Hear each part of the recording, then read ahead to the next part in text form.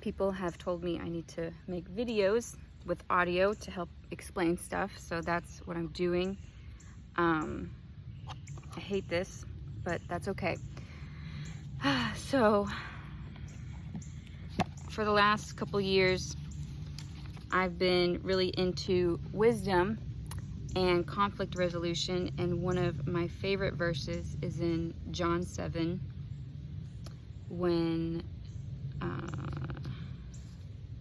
Jesus is preaching, 7 starting, and then he ends in verse 38. Whoever believes in me, as the scripture said, from his innermost being will flow rivers of living water. But this he spoke of the Spirit, whom those who believed in him were to receive, for the Spirit was not yet given because Jesus was not yet glorified. And as a response for the crowd seeing Jesus, the group of people had differing responses.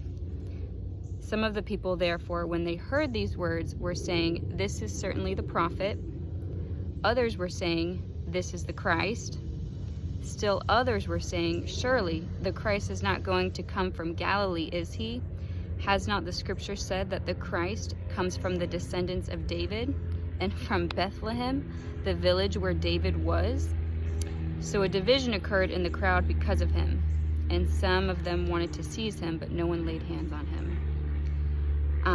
It's interesting when I read this, because sometimes there's a conflict and your perspective is true and other people have a different perspective, and that's also true, and it's hard to consider that you're both right because they're both true. I don't know if that makes sense. So what I did is I made this little pyramid to help explain this concept, and I made it myself with these tools. My mom's a math teacher. Her name's Joanne. She taught me how to make these shapes, and it's a lot of fun. So this is, pretend inside of this is Jesus and he's preaching, and everyone, when they hear him, they have a different perspective on what they hear. So this person, they hear Jesus and they come to the conclusion, this truly is the prophet. And then another person, their perspective, this is the Christ. And then another person, their perspective, surely the Christ is not coming from Galilee. I ran out of room. Has the scripture not said that the Christ comes from the descendants of David and from da da da da da? So imagine you have Christ and his preaching, and you have 3 groups of people all standing around, with different perspectives. And it might look like there's a conflict and there's a division, but this also has to do with seeking wisdom. If you want to be wise, this is like one way to seek wisdom, because we all have a portion. God has distributed a portion of wisdom in his people, and you have to seek it, and you have to gather it, and you have to gain understanding. So let's say these 2 people, 3 people. So let's say this is truly the prophet and this is truly Christ. Let's just do it these 2 people. We'll do Elsa and Cinderella. So Elsa's like, this is the Christ. And Cinderella's like, no, this is the prophet. And it looks like there's a conflict. And of course, they both know that they're true.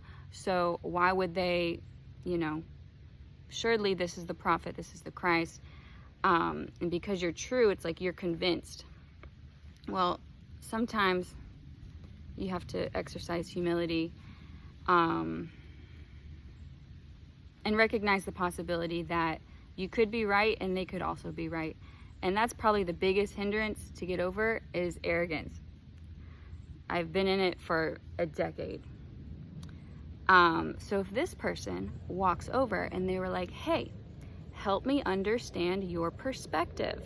Well, then Elsa can explain to Cinderella, like, this is what I'm seeing. This is what I'm hearing. And then Cinderella would be like, oh, I see that. And then the understanding that Elsa has, Cinderella now has it. Now they both have it. So now they see this is the Christ and the prophet. Because that's the great thing about wisdom, truth, understanding, knowledge. You can give it freely and not have to lose it yourself. It's perfect. You can just give it freely. So then if all these three people sought understanding from one another and shared their knowledge, they would all come to the same knowledge of truth. They would all come to a full understanding that Jesus is the Christ, the Son of God, and that believing in him, they would have life in his name.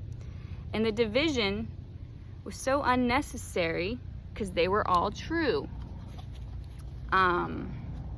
They were all true. All of their perspectives about what they were hearing was true. It's just that they only saw one side and they didn't have the perspective of the other two. And if they sought understanding and wisdom, they would all see the full picture. Which brings me to Jesus' 12 apostles. So Jesus was one, and then after he died and resurrected, he had 12 apostles, and those 12 apostles all bore witness to the one Christ.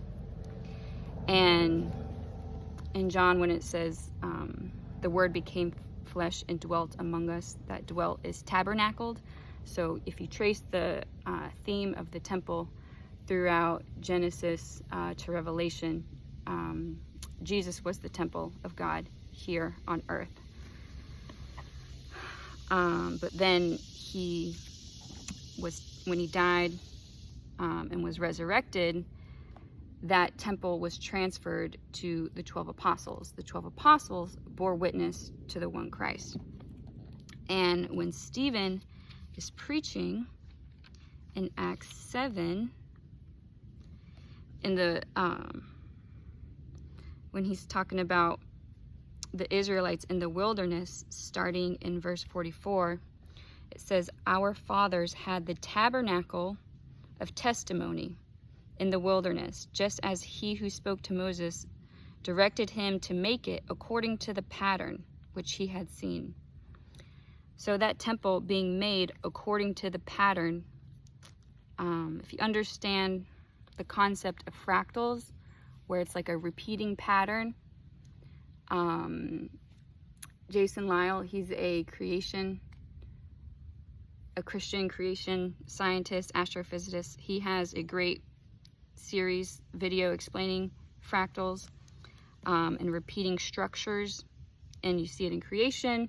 And the temple throughout Genesis to Revelation is also a repeating pattern. It's the same structure. And in the wilderness, they had the tabernacle of testimony, which was made according to the pattern that was shown Moses on the mountain.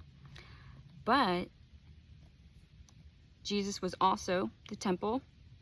And then after Jesus, you have the 12 apostles. And they also function as the tent of witness, the 12 of them. So then I also made this, which is really cool. I was going to do a dodecagon, which has 12 sides, but that was really complicated. This one has 6, but I think it works because some of the apostles, they're like brothers. They come in pairs anyways. So you have like Simon and Andrew, James and John. They're the sons of Zebedee. Philip and Bartholomew, Thomas and Matthew, James and Thaddeus, Simon, and then the new apostle, Matthias. So the 12 apostles, they bore witness of the one Christ. It's like the tent of witness.